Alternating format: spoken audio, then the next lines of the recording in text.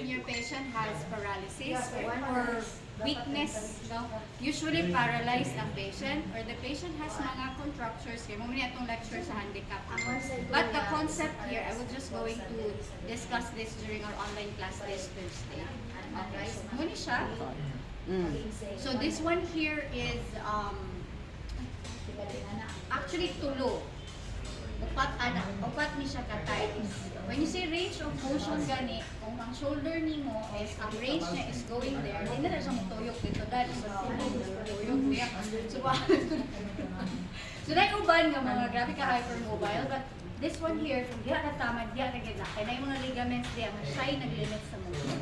So kung imong patient diha, dili na siya maka-anak, no? Kaya tungod sa sakit na, kaya na-paralyze ang patient, hindi na makaligo. So ato yun siyang tabangan. Okay? So, depende na siya. If the patient is paralyzed, if the patient is comatose, if the patient has no movement at all, you're going to do this para sa integrity sa iyang mga joints. Kaya kung dili na nimo ilihok, even kita, dili na nimo ilihok, mugahi na diya. So, katong dili, kung lalaki, dili ilihok, mugahi na diya.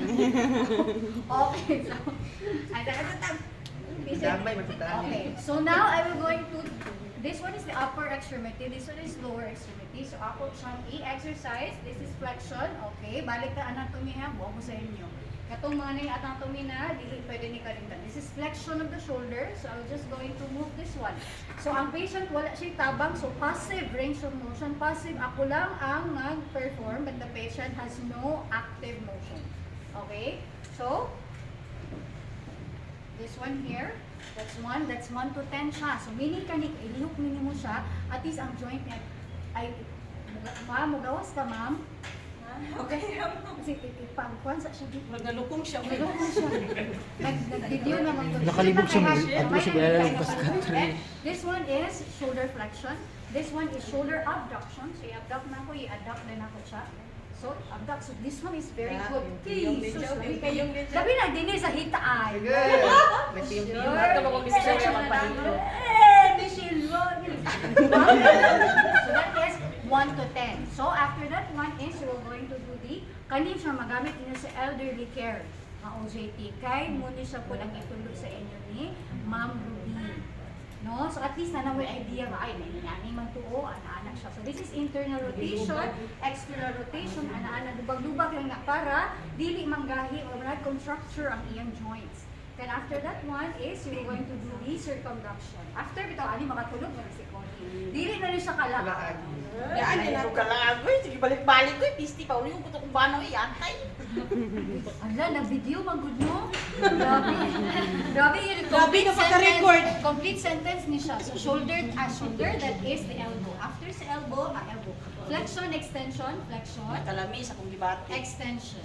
Flexion, extension, flexion, extension. That's 1 to 10, ha? 1 to 10 siya. After that, Ana, is the supination, pronation, supination of the forearm. Supination, pronation, that's 1 to 10. 1, 2, 3, 4, anak siya. Kung ang patient is makakuha siya, makastorya, sir, ay pagtanga, anak. Ma'am, ay pagtanga, ma'am, pakihap diha para na siya breathing exercises. So siya po, 1, 2, 3, anak. Kaya kung magtanga lang siya, tapulan siya, matulog lang na siya iya. Yay, kay ka, uy, bata pa. Joke yan. Then, joke na to. Then this one is the wrist. Flexion, extension, flexion, extension, flexion, extension, and then radial deviation, ulnar deviation. Hani siya sa inyong copy ha? This is exercise sa inyong wrist. Kamusad, pwede na po na sa inyong balay. This is an exercises po. Okay, this one 1 to 10. Then, thumb or the CMC joint, 1, 2, 10 yun din siya, counts. Tagsa-tagsaon, dili magtinapulan. 1, 2, Dapat sa ito. isa-isa na siya, matapulan. So, muna siya, no? So, that is 1, 2, 3. Anak yun. Kaya na yung ba na, lupo na. Tama? Pag imo na siyang iyan open, sakit na kaayo. So, do not go beyond the pain. Kung asa na, sakit na sir, yes, sakit na. Sige, diha lang katawan sir, ha, ay kabala ka sir. Kaya, pinakalit, ano? Pak! Nabali. The joke ra. So, this is upper extremity, lower ta. So, that is passive range of motion. The same gyapon siya. Uy, hubag kayo mga channel. Dahil April lang. Uy, ang mga pamalikas in Jesus name, ginoo ko pa. Pasarduwa, Ginoo. Pastilan, bulak-bulak. Mas ka nabuti, oy. So this one here is the hip joint. Uy, pamate, hip joint. This one here is the knee joint. This is the ankle and this one ato mga toes na dayon siya. So this is ay sa pangugat. Ay, Ano, masabon mo eh, kay Ginoo ko. Uy, ang akong sakit no? isawag kit siya, ma'am. Uy, Ginoo ko, Lord, uy! So that is flexion of the hip, extension. That's one. Uy, exercise, may naniwang mong anak-anak, tanawa, di na magalima. Video, mauni. Five. Okay, then after that one is the okam na din, that is abduction. Smile. Abduction and adduction. Sabi ko, nakakita ko sa naman ni Ma'am. Rangka naman ni Ma'am. Uy, isang puman din na kay Bidli. Oo, gatay. This is every time. Tapos di ako mo sa mga Oy, nataban. Oy, respeto sa mo sa inahan, oy. Huwag yun, mga bastos mo mga anak. Ang kondisyon na nagkaparao niya. Ate, na-stretch ko na ni ma'am. Okay, this is internal rotation, external rotation, internal rotation, external rotation, internal rotation, external rotation. Ma'am, uy, Ginoo ko simba ko. Then, Mag-yunani na po niya, mag-anana na then po. we have here the Oh, di circumflexion. ba? Bisti na po. Circumduction. Na, ang laki ang pasyente ni Utgan, uy, Ginoo ko, Lord. And after this, uy, in Jesus' name. Okay, then after this one is the flexion extension of our knee. So this one is the flexion. Pasakit pala. Then this one is the extension. Flexion, extension, ginoo. Flexion, extension of the knee. So this is flexion, extension of the knee. And then after that one is we have here our dorsiflexion and plantarflexion of our ankle. One. Di ba, tsada kaayo? Di pagin mo mag-model, o di ba? Lamig kay siya nga sakit to. Diri na. Lamig na. Nakubunda nga. Three, that's 10 counts, 10 counts. Then inversion, eversion, 1, Da, sige. 2, Lahat may mga arthritis, mga 3. So that is inversion, eversion, eversion kay in, pasulod.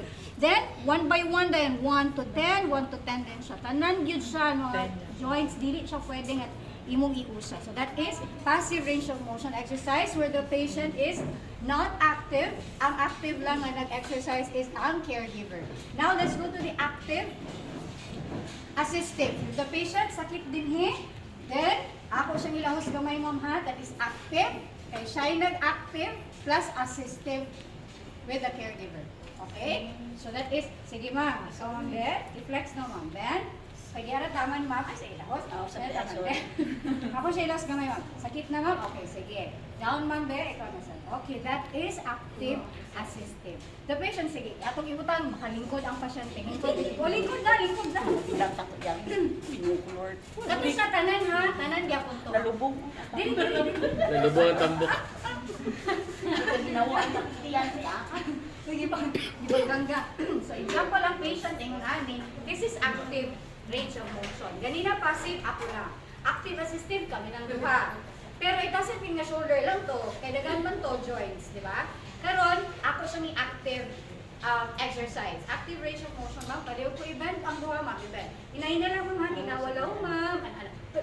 Walain siya na. Ay, sa Sinulog na. Okay, 1, then, ma'am, 2, okay. 10 counts ma'am. Kaya pa ma'am, 1, 2, that is active range of motion exercise. So, ang iyapong dinig, kung pwede niya maana, so that is flexion, extension of the knee. So, mangita mo paging makalok ang patient ganun. This is to improve blood circulation. Diba? That's very good sa patient. Grabe, kaya gano, ang patient na ganahan kayo siyang tindog, ana, it's because naa siya exercises. That's all, everyone. Thank you so much.